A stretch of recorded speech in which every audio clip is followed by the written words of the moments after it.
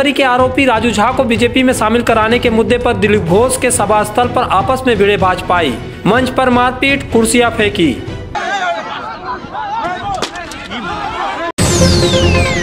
आसनसोल नगर निगम के प्रशासक और जिला तृणमूल अध्यक्ष पद से इस्तीफा देने वाले जितेंद्र तिवारी को लेकर संशय बरकरार। कोलकाता से लौटे पर बनाई रखी दूरी।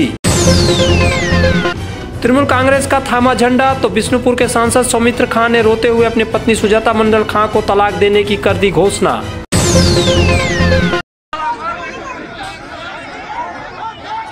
भारतीय जनता पार्टी के प्रदेश अध्यक्ष दिलीप घोष की सोमवार को दुर्गापुर के पलासडीहा में एक सभा रखी गई थी, लेकिन सभा होने के पहले यहां खूब बवाल मचा। अपने को लंबे समय से बीजेपी कार्यकर्ता बताने वाले कुछ युवकों ने यहां हंगामा मचा दिया। उन्हें कहीं से यह खबर मिली थी कि कोयला तस्कर राजू झा यहां पार्टी ज्वाइन करने वाला है, उसे मंच पर झंडा थमाकर पार्टी में शामिल कराया जाएगा। इस अफवाह को लेकर सभास्थल पर खूब हल्ला गुल्ला होने लगा और फिर देखते देखते मारपीट की नौबत आ गई। कुछ लोग मंच पर चढ़ गए और वहां काफ़ी हंगामा हुआ।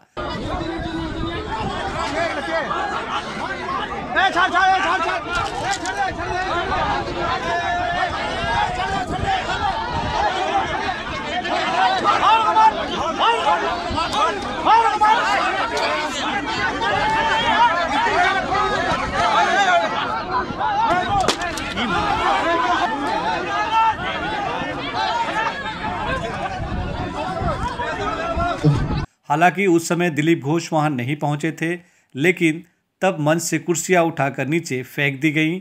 नीचे रखी गई कुर्सियों को भी तोड़ा गया, इधर उधर फेंक दिया गया। हंगामे करने वाले युवकों ने क्या कहा, आइए आप स्वयं देखिए। इलेक्शन में जितना कोई बमबाजी किया था, आज पैसा देके भोला साहब लखन गुरु के नेतृत्व में बीजेपी ज्वाइन कर रहा है। इतना दिन से जो हम लोग केस खाए, हम लोग घर में बमबाजी हुआ, हम लोग कहाँ जाएंगे? तो এরা সবাই টিএমসি গুন্ডারা আছে, সব কয়লা চোরা লোহা চোর। এরা কি করছে? ৭৭ ইলেকশনে আমাদের ৫টা ওয়ার্ডে বোমবাজি করলো, বোমবাজি করে জিতেছে কাউন্সিলরকে। এবারে দেখছে বিজেপি আসছে, আমাদের ভোলা সব ঠিক আছে লক্ষণ গুরি টাকা নিয়ে এদেরকে বিজেপি জন করাচ্ছে। আমরা কেন 10 বছর থেকে বিজেপি করছি, সারা এতটুকু আসছে, আর এরা কি করছে? শুধু টাকা নিয়ে বিজেপি জন কাছে অমিত যাদব আর 13 নম্বর ওয়ার্ডের সত্যিকার চালু দায়িত্ব আছে।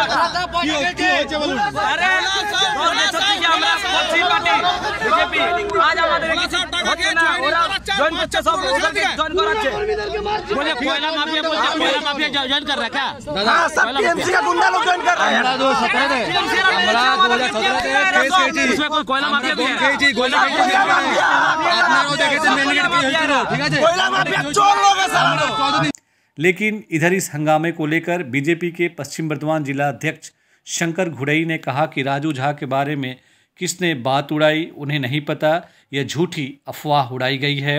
बीजेपी जो भी करती है सोच समझकर करती है। जिला स्तर से लेकर राज्य और राष्ट्रीय स्तर पर विचार कर निर्णय लिया जाता है। उन्होंने हंगामे के लिए तृणमूल कांग्रेस को जिम्मेवार बताया और कहा कि उसके इशारे और पुलिस के बल पर यह काम किया जा रहा है। हमारी सभाओं में बाधा पहुंचाया जा रहा है। আমি শুনলাম একটা বচসা হয়েছে কর্মীদের মধ্যে। স্বাভাবিক আছে, তারা তো ভুল বুঝেছে, না বুঝে কিছু বলেছে। আমরা আগে বলেছি আমাদের পার্টিতে যে পার্টি শৃঙ্খলাপরায়ণ দল রাজ্য জেলা মণ্ডল সে আলোচনা করি জয়েনিং হবে। হয়তো না বুঝে না কিছু বলেছে, তার নতুন কর্মী আছে বোঝে না কিছু, হয়তো তার পার্সোনাল ইগো আছে, সেই ইগোতে হয়তো কিছু ভেবেছে, ভেবে নিয়ে ঘটনা ঘটেছে। এরকম কিছু বিষয় নেই, টেনশনের কোনো চিন্তা নেই, আমাদের সমস্ত বিষয় ঠিক আছে। তো যেটা ঘটনা ঘটেছে এটা আমি খবর নিচ্ছি, যেটা বললেন আমি জানি না বিষয় কী হয়েছে। এটা তৃণমূল ছাড়া কেউ নয়, এখানে তৃণমূল কংগ্রেস ইতিমধ্যেই তৃণমূল কংগ্রেস কাল থেকে জয়েনিংয়ের নাম শুনে তারা ইতিমধ্যে রাতারাতি পুলিশকে ঘরে থ্রেট করছে, বাড়িতে হানা দিয়েছে, চমকাচ্ছে, ধমকাচ্ছে, কেস দেওয়া হবে, এই করা হবে। যা মেদিনীপুর জয়েন করার পর থেকে এমপি এমএলএ বিভিন্ন কেস দেওয়া হচ্ছে, বাড়িতে পুলিশ পাঠিয়েছে।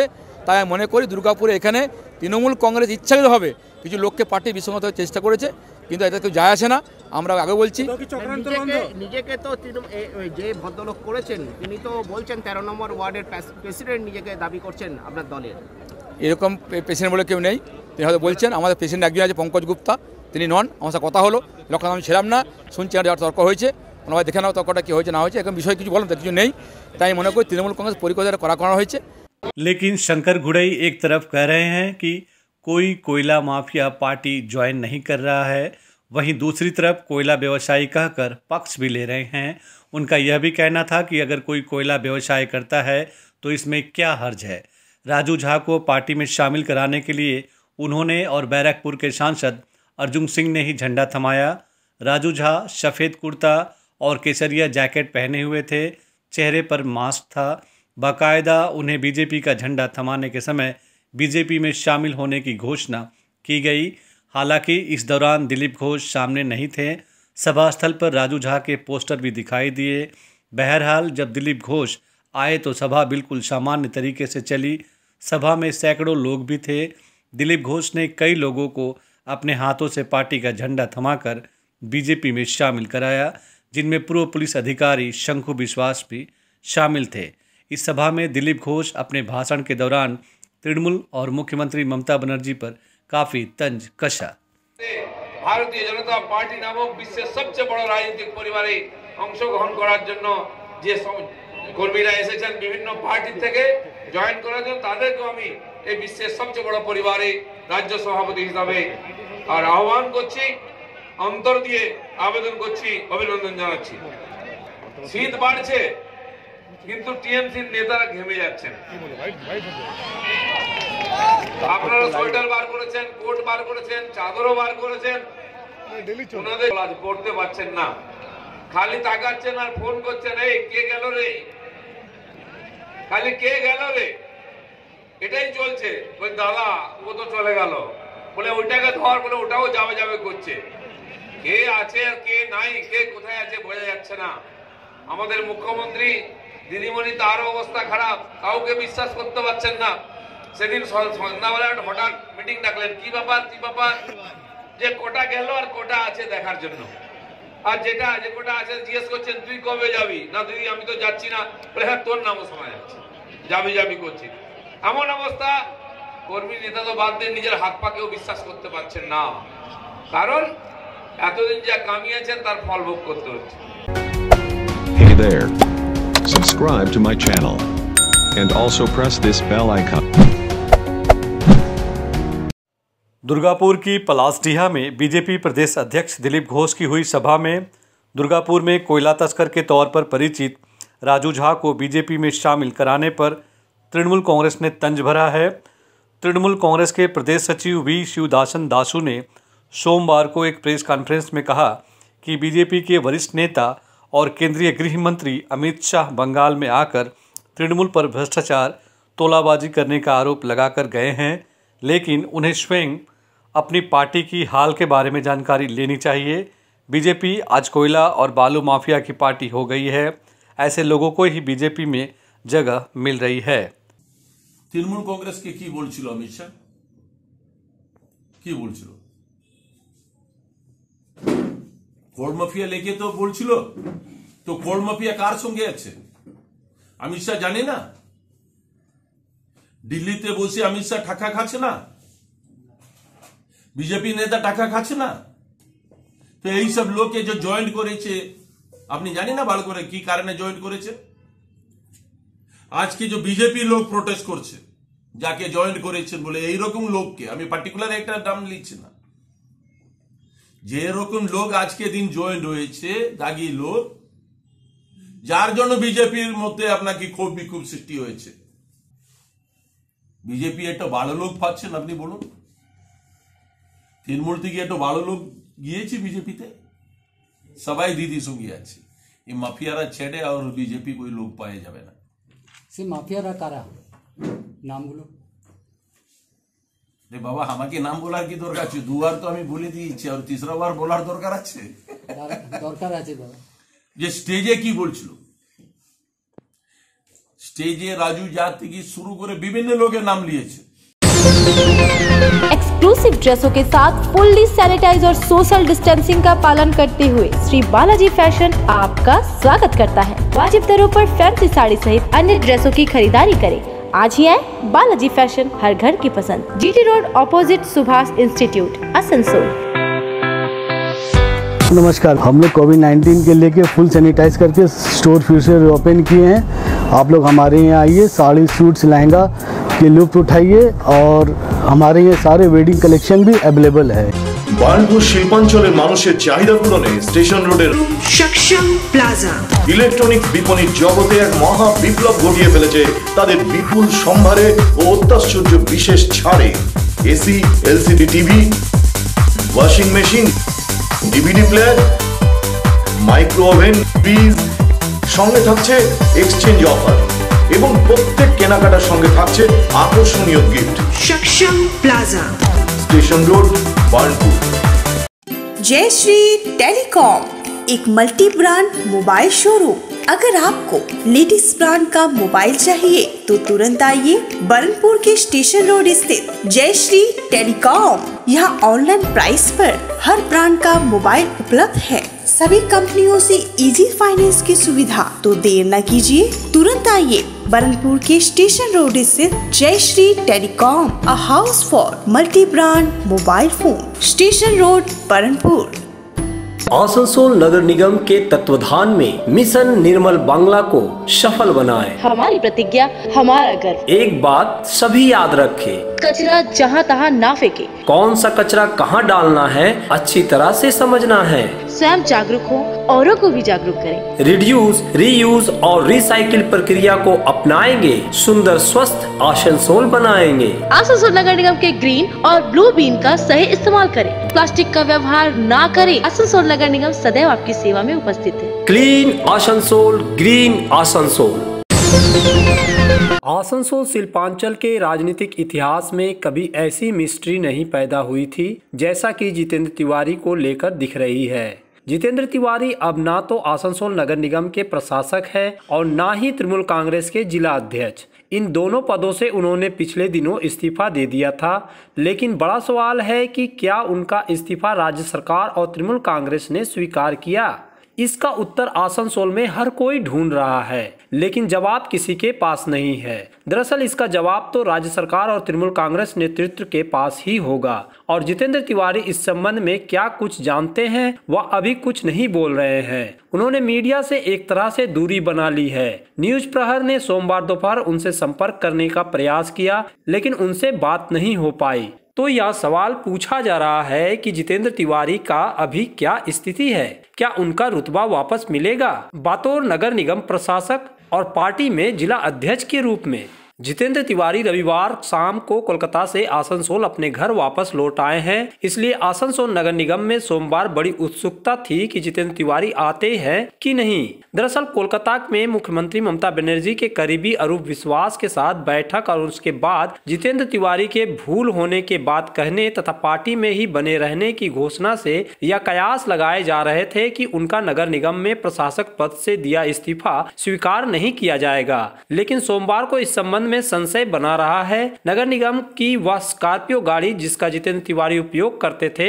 उनके घर भेजी गई थी, लेकिन वह गाड़ी उन्हें लेकर नहीं लौटी। इस बात से दो कयास लगाए जा रहे हैं। पहला कि उनका इस्तीफा स्वीकार नहीं किया गया है, दूसरा जितेंद्र तिवारी अपने इस्तीफे के फैसले पर संभवतः अडिग रहना चाहते हैं। बहरहाल जितेंद्र तिवारी कब लोगों के सामने आते हैं और जो कुछ हुआ उसे लेकर क्या बोलते हैं, यह सबको बेसब्री से इंतजार है। जितना इंतजार तृणमूल वाले कर रहे हैं उतना ही बीजेपी वाले भी, और आसनसोल के नागरिक भी अपने पूर्व मेयर के बारे में उतना ही जानने को उत्सुक है। Hey there. Subscribe to my channel and also press this bell icon. সুজাতাকে আমরা তৃণমূল কংগ্রেসে যোগদান করালাম। আপনারা জানেন যে উনি বিজেপি যুব সংগঠনের সভাপতি। बंगाल की राजनीति में विधानसभा चुनाव के पहले पार्टी तोड़फोड़ की घटनाएं तेज हो गई हैं, जहां शनिवार को बीजेपी ने तृणमूल कांग्रेस के कई नेताओं को अपने दल में शामिल कराया। वहीं उसका जवाब देने में अब तृणमूल कांग्रेस लग गई है। तृणमूल ने सोमवार को भारतीय जनता युवा मोर्चा की पश्चिम बंगाल इकाई के अध्यक्ष और बांकुड़ा के विष्णुपुर से सांसद सौमित्र खान की पत्नी सुजाता मंडल खां को अपने दल में शामिल कराया है। कोलकाता स्थित तृणमूल भवन में वरिष्ठ नेता सौगत राय ने सुजाता को पार्टी का झंडा थमाकर उन्हें पार्टी में शामिल कराया, लेकिन सुजाता के तृणमूल का दामन थामने से सौमित्र खां इतने टूट गए कि उन्होंने अपनी 10 सालों की शादी को तोड़ने का ऐलान कर दिया है। उन्होंने एक प्रेस कॉन्फ्रेंस कर सुजाता को तलाक संबंधी नोटिस भेजने की घोषणा कर दी है। बंगाल की राजनीति में ऐसा पहले कभी नहीं देखा गया कि पत्नी के अलग पार्टी ज्वाइन करने से पति उसे तलाक देने की घोषणा कर दे।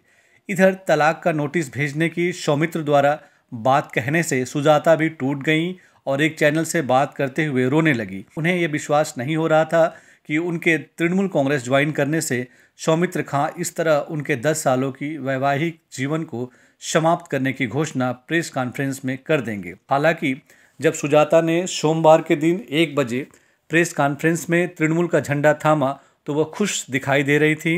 उन्होंने तृणमूल कांग्रेस में शामिल होने के बाद मीडिया से कहा कि उन्हें बीजेपी में सम्मान नहीं मिल रहा था। जब वह चैलेंज पसंद करती हैं, इसलिए वह फिर से तृणमूल में शामिल हुई हैं। सौमित्र खां के तृणमूल कांग्रेस में लौटने के सवाल पर उन्होंने कहा कि जिस दिन सौमित्र खां की चेतना जग जाएगी, वह समझ जाएंगे कि वह किस पार्टी के योग्य हैं, तब जरूर लौटेंगे। जिस पार्टी के विरुद्ध इतने दिनों तक वह लड़ी, आखिर क्यों वापस उसी पार्टी में आई? इस सवाल पर सुजाता ने कहा कि भाजपा में उनका सम्मान और उनकी प्रतिष्ठा धूमिल हो रही थी। यदि आपकी प्रतिष्ठा निरंतर धूमिल होती रहती है तो वहाँ रहना मुश्किल हो जाता है। मैं हमेशा चैलेंज लेना पसंद करती हूँ, तो जिसमें जो चैलेंज लेने के बाद मेरा सम्मान नहीं मिलेगा, वो चैलेंज का क्या फायदा? तो मैं उस पार्टी तब किया था जब वो पार्टी का दुर्दिन था और पार्टी से मेरे को कुछ भी सुविधा नहीं मिला और मैं उस पार्टी से कुछ सुविधा लेके भी नहीं ज्वाइन किया। बाकी सारा लोग तो आज जो इस पार्टी से उस पार्टी, उस पार्टी से इस पार्टी कर रहा है, आप अच्छी तरह से गौर करके ये देख लो कि वो सब जो पार्टी छोड़ के आ रहा है, वो पार्टी से सुख सुविधा पूरा हासिल करने के बाद जब सोच रहा है इस पार्टी में मुझे टिकट नहीं मिलेगा, इस पार्टी का अभी खराब समय आ रहा है, तो मैं अच्छे समय के लिए और ज्यादा भोग करने के लिए मैं उस पार्टी में चला जाएगा जिस पार्टी का वो सोच रहा है कि अच्छा दिन आ रहा है।